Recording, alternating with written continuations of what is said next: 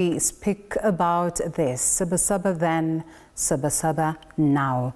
35 years and counting, we continue to see the different faces of demos in the country. This time around, with the faces of a different generation. The generation then, the generation now converge. The faces labeled the voices of change. They say no retreat, no surrender. But the biggest question then lingers. What will it take to bring a lifetime solution to the cries of Kenyans? Let's listen in to these people.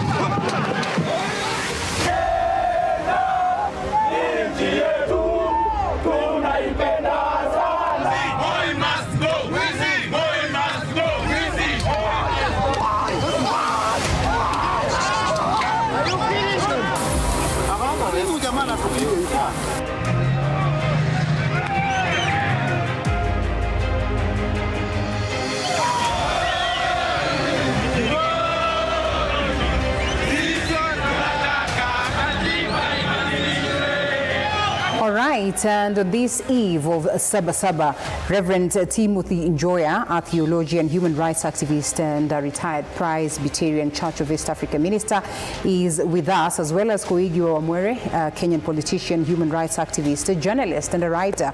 We have read him, we have observed how he's played his politics. We also are privileged to have Gitobu Manyara, Kenyan lawyer, and as well a journalist, writer of great articles, especially when it comes to the question of liberation, democracy, and basically governance in the nation. And we are here. We'd love to hear what they make, especially what they make of what Saba Saba is, especially in this time and age where there's that Gen Z revolution that is equated to the same. What comes into your mind when you think about the events of 7th July 1990? It reminds me of the struggle for democracy in the country, and especially the struggle for change and change of leadership and change of system in the country. We were arrested, actually abducted, planning to go to Kamukunji grounds to call for multipartyism and a repeal of Section 2A, and so much has happened since then. When I began the struggle for democracy, it was about life. Made a message to the United Nations and the people of all the world. Sovereignty of the people, freedom of the people, and also other things like the way to progress, human relationship, caring for one another, democracy, what in our constitution we call principles and values of democracy. So I was not fighting for Kenya because it's Kenya, but I was fighting for humanity, for human dignity.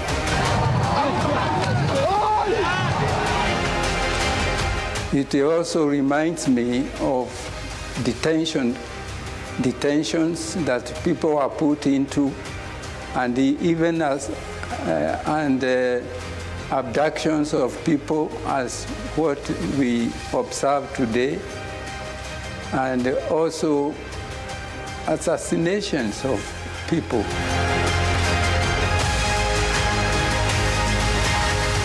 I'm reminded of a government, of Kanu government, and its resistance to change, and its readiness to torture people in detention camps, as I was in detention in Kamete prison for quite a number of years. Boy must go!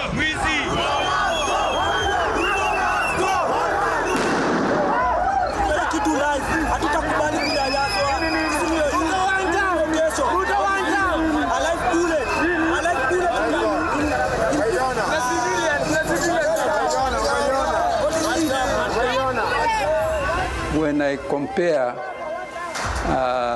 that with what I see today,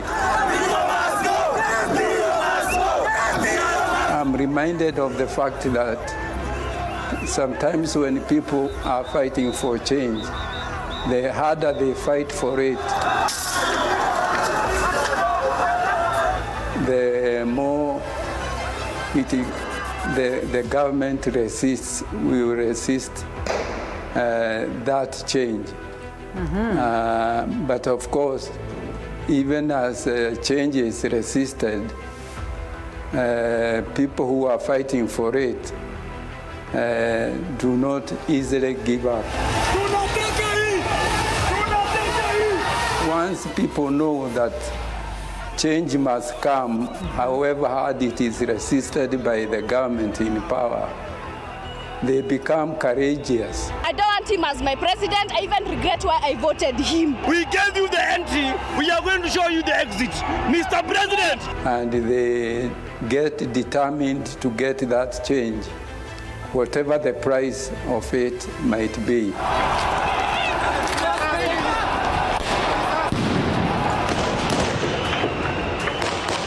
So much has been happening because of that. First, we were able to repeal Section 2A.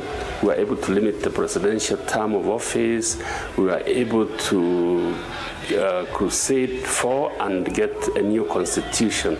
So all these events, the Saba Saba riots, as they call them, or protest of 1990, laid the foundation stone of what we are now enjoying under the 2010 Constitution.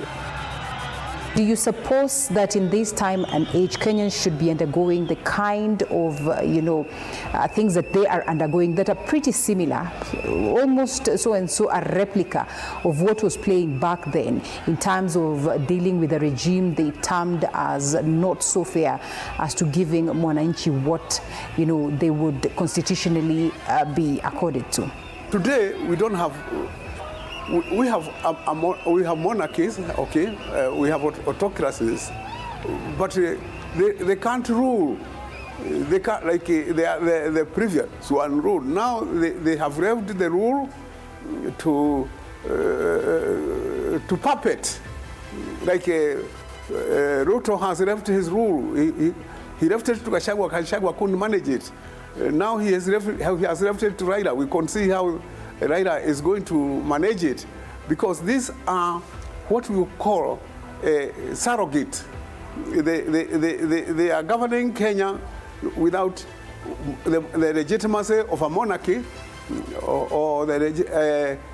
but they are dynastical, because they rule without the mandate. They rule without the electoral mandate.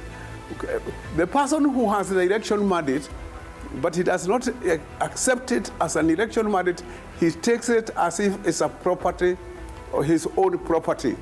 He takes the election which put him in power as if they gave him Kenya as a property. Tumpongeze kwa makofi anapopokezwa katiba ya Jamhuri ya Kenya. Ni dalili shahiri kwamba anakuwa amiri jeshi mkuu wa majeshi yote ya ulinzi ya Kenya. Kenya did not give, it only gave responsibility to him. Responsibility to manage democracy, the responsibility to manage our economy, to manage our hospitals, our schools and everything. But instead of accepting that responsibility, he turned the responsibility into a kleptocracy, a government ruled by the left.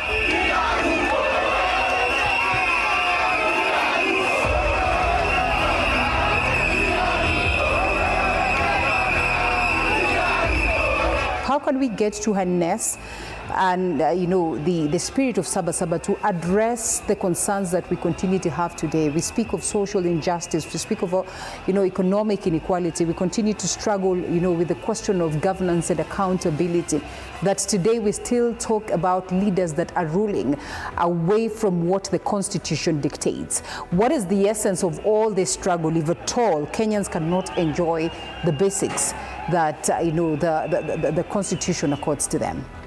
It's like they are saying in South Africa that it has not been enough to have freedom without economic independence. And of course, if people have neither, or have only freedom or independence, they are going to ask for more that they need. I remember Jenu Mwariama, who had expressed dissatisfaction with the independence and had asked Kenyatta at a rally what it was that they had fought for. What happened to what they had fought for. And Mwariama said that they wanted land and freedom, while Kenyatta gave him a very disappointing answer. That what Africans had gone to the bush to fight for was an African government. And he reminded Mwariama, as long as black people were in power, that they needed to be happy about independence. So many lessons to learn, particularly for the leadership, who seem to think that old tactics can work this day and age. So I celebrate this day because what we started 35 years ago, we've seen the Gen Zs take up and achieve a lot more within a very, very short time. The protests of 2024, for example, were seismic. They were able to get the president to dissolve his cabinet. Decided to dismiss with immediate effect all the cabinet secretaries and attorney general of the Republic of Kenya, of the Cabinet of Kenya. They were able to get an apology, even though it was half-hearted. To our children, if there is any misstep, we apologize. The events that we are celebrating now, because of the Gen Zs, have had tremendous impact, and therefore those who underestimate the impact of these youth-led demonstrations, I think have a lot to learn from history. I speak to Koigi Wamwere, who argues that it's not yet Uhuru. I speak to Reverend Timothy Njoya, who says that we still continue to struggle with social injustice, economic inequality, concerns as to the governance of the country. How then can we celebrate the hard work that was put by you people then, vis-a-vis what is actually happening right now, if we continue to have the same things bedeviling us? We haven't gone backwards, true, but we haven't achieved what we set out to do. And I think true liberation is achieved incrementally. You are not able to achieve everything at once because that's the very nature of human nature. But when you add one step, the next, from 1990 to the current situation, we've made tremendous progress. I don't underestimate myself. As we say, a luta continua. It's not yet Uhuru, as Jaramogi would have said, but Kenya is very, very different. The youth have been able to organize themselves without recognized leadership, without identifying with their ethnic backgrounds. Much of the debt we owe the international readers, how much of that can we show what we have done with it? It is in the people's pockets. What they are using that money for, these dynasts, is to buy people to buy the voters for the 2027 election. Many have looked at the current president as perhaps a replica of President Daniel Arap Toroi, teacher Moi, may his soul rest in eternal peace. They say he's been a protege of him, and perhaps he runs the nation in a systemic way like he did back then. Would you agree to the fact that this is the thing? And do you suppose then it is a retrogressive manner to approach the space of democracy? Is make a big mistake because it cannot work, it will not succeed. Those days, the need for licenses, nowadays we don't need licenses. We have the smartphones that these youngsters can use in much better way than the old telephone numbers where we had to book Chester House for press conferences. The youth of Kenya today are showing us that the world has changed, and President Ruto ought to be the first to recognize that the Moi template cannot apply. We have a 2020 constitution, a living document that guarantees every Kenyan fundamental rights that are universal to all of them, irrespective of tribe, irrespective of gender. And what the president really needs to do is run the nation in accordance with the oath of office that he took to defend the Constitution, not to dismantle it, which is what he is attempting to do and has tried to do over the last 2.5 years that he's been the president of Kenya. Do you see the same spirit that was then, perhaps in 1990? Years on, even as the Gen Z revolution then comes in to join this, because we see youth committing to hit the streets tomorrow. We understand that as well the business community is angry because then they say they won't allow for their businesses again to be infiltrated upon. We see the government committed to make sure that there is peace across. We see the coming in of goons to infiltrate the process. As you look at this spirit, do you suppose we're getting it right or we're losing it somewhere? And is it likely to help us gain any positives, like you say, Saba Saba 1990 managed to gain? I think challenges that we are facing currently is the refusal by the ruling elite to acknowledge the supremacy of the Constitution, to run the country in accordance with the Constitution, to do things after public participation. You cannot, under the 2010 Constitution that is in force, pass legislation or make roadside decrees that are not in accordance with the Constitution, that have not been subjected to public participation in a very meaningful way, not press conferences or the what we've been seeing, seminars for small groups of people then claiming that you had public participation. Public participation must be genuine, and the governance system must fully involve the people. Don't forget that the people are sovereign. Article 1 of the Constitution recognizes the source of all authority as the people, and those holding positions in the public service do so under delegated powers from us, from we the people. So that's a challenge that has not been internalized by the ruling elite, and I think the earlier they do that, the better, and that's what the youth were doing last year when they were saying we need to see the finance bill, we need to look at it holistically.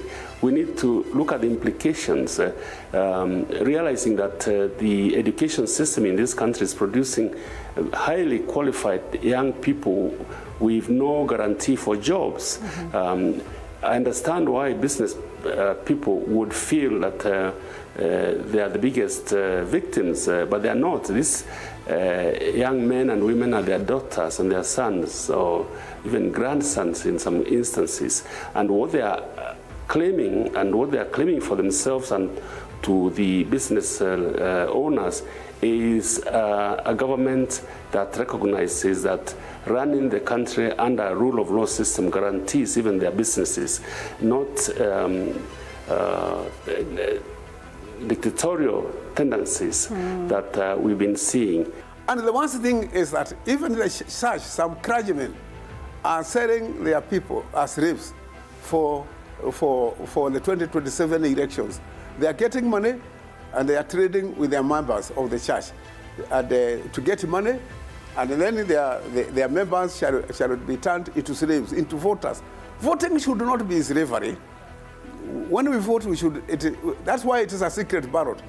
We should not be known whom we voted for or whether we voted for so and so. But now when we are bought, we are given the burden of having to vote the way we are told because of conscience.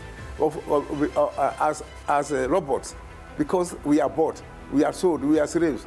So what I'm advocating is restoration of human dignity, restoration of humanity, of dignity, of humanity to the people who are created in God's image, in God's likeness, and as such, they are sovereign like God. When they talk about a leaderless, revolution, when they talk about a tribeless revolution, that perhaps 1 year on, there's nothing much to show for, the lives that were lost, for perhaps, the struggles that we witnessed sometimes in 2024 during the protests.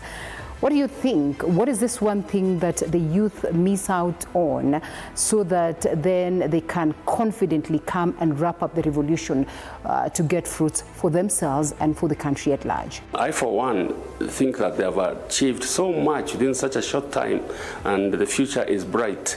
The leadership of the day cannot possibly run this country excluding the youth. And in looking at the events of last year, comparing them to the events of 1990, when I was in my early 30s, as just like the current Gen Zs, there's so much that has changed, despite the abductions, despite the disrespect of court orders, despite the attempt to muzzle the other two arms of government. We still have a judiciary that is functional. We still have judges and magistrates who recognize that they have a duty to live by the letter and the spirit of the law, and therefore the Gen Zs must feel that they have not lost. We didn't feel that way in 1990 because we had the Section 2A repealed. We didn't feel that way in the period up to 2010 when we adopted a new constitution. So my message to the Kenyan youth is continue. The struggle continues. In the end, you will harvest what you are sowing now. It doesn't always come up. You don't always succeed the first day. What you sow takes time to grow. So there will be time for harvesting. What would be your advice for those that hit the streets tomorrow? There will be four main actors from where I sit. The first and very important actor is the police. They have to come and maintain law and order. They will be on the streets. The second actor is the demonstrator, the innocent person who usually comes with a flag and drinking water and carrying their phone, and who is coming to agitate and say what their problem is. There is a third actor that we have never wanted to have on the streets, but they usually come. Unless the politicians who are the lords of violence denounce their promise to bring goons to town, let us expect that the goons who are mobilized by politicians who are known to Kenyans by now. Kenyans have known who the politicians are. The media has highlighted who these politicians are. And so there's an expectation that this third group of people who usually come with weapons to beat up other people who are demonstrating, there is an expectation that these people might be there and they might affect how demonstrations will happen. Finally, there is another group that now is emerging that could be there, that was not there, and that Kenyans had not prepared for before. The business community, angered by what is happening within businesses, has decided that they are going to hire their own goons to protect their own biashara. All you need to do is to ask yourself, with these four actors in place, what is your place, what is your role, and how are you going to fit in within this matrix? Once you have answered that question, then you make a decision as to how you want to participate during the Saba Saba. For me as Fanya Mambo, and this is a very personal decision, this is not something I'm pushing on to anybody, I will choose to stay at home. When we commemorate, we celebrate Saba Saba, we are celebrating the rebirth of a Kenyan nation. Are we reborn? Are we new? What are we celebrating for? Now I cannot celebrate it on Saba Saba.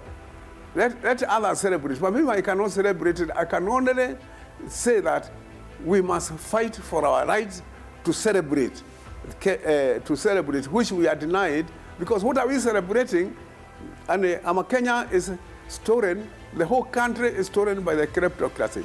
And they have left it to dynastic rulers who have no electoral mandate to rule. Tomorrow, as we remember the events of 1990, don't forget that we are enjoying the fruits of this new constitution because we kept asserting those rights, and we must continue asserting those rights in order to make our citizenship have meaning.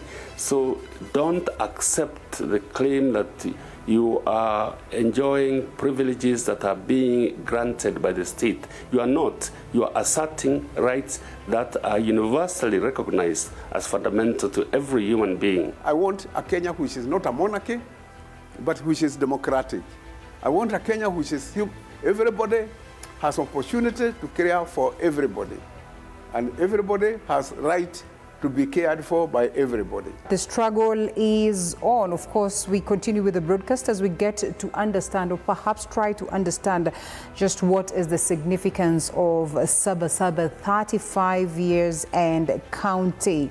Should the youth still hit the streets, and what are the possibilities that some of the questions they seek answered will be answered, looking at the two gentlemen and perhaps many other people who put up their lives to fight for the independence and liberation of this nation.